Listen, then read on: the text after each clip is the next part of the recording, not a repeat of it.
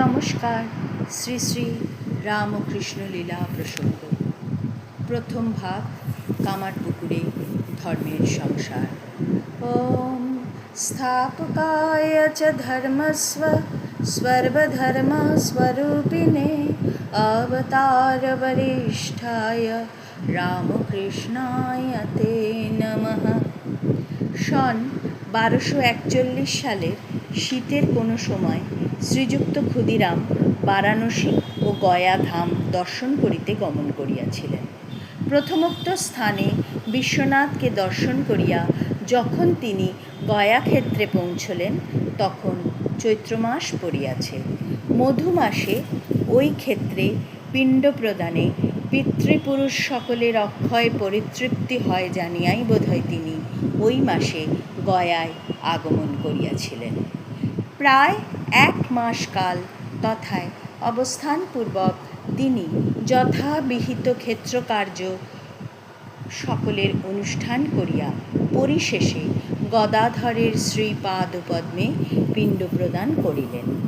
এইরূপ যথাশাস্ত্র পিতৃকার্য সম্পন্ন করিয়া শ্রীযুক্ত ক্ষুদিরামের বিশ্বাসী হৃদয়ে ওই দিন যে কতদূর তৃপ্তি ও শান্তি উপস্থিত হইয়াছিল তাহা বলিবার নহে।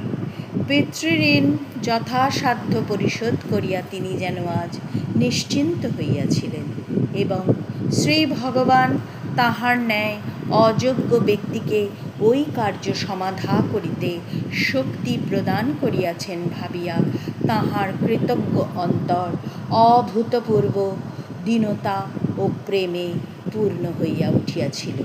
দিবাভাগে তো কথাই নাই, রাত্রিকালে নিদ্রার সময়ও ওই শান্তি ও উল্লাস তাহাকে ত্যাগ করে নাই।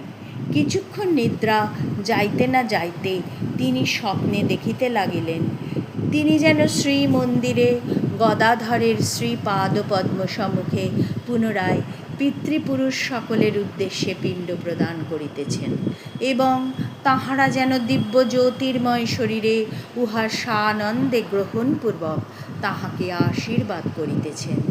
বহুকাল পরে তাহাদিগের দর্শন লাভ করিয়া তিনি যেন আত্মসংবরণ করিতে পারিতেছেন না। ভক্তি গদগদ চিত্তে রোদন করিতে করিতে তাহাদিগের পাদ স্পর্শ করিয়া প্রণাম করিতেছেন।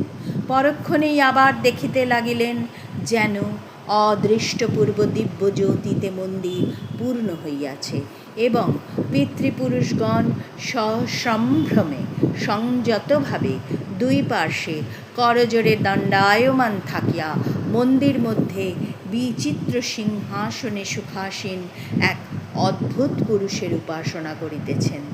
দেখিলেন নবদুর্বাদল শ্যাম জ্যোতির্মণ্ডিত তনু ওই পুরুষ স্নিগ্ধ প্রসন্ন দৃষ্টিতে তাহার দিকে অবলোকনপূর্বক হাস্যমুখে তাহাকে নিকটে যাইবার জন্য ইঙ্গিত করিতেছেন। ওম শান্তি শান্তি শান্তি হরি ওম তৎসৎ। শ্রীরামকৃষ্ণার্পণমস্তু।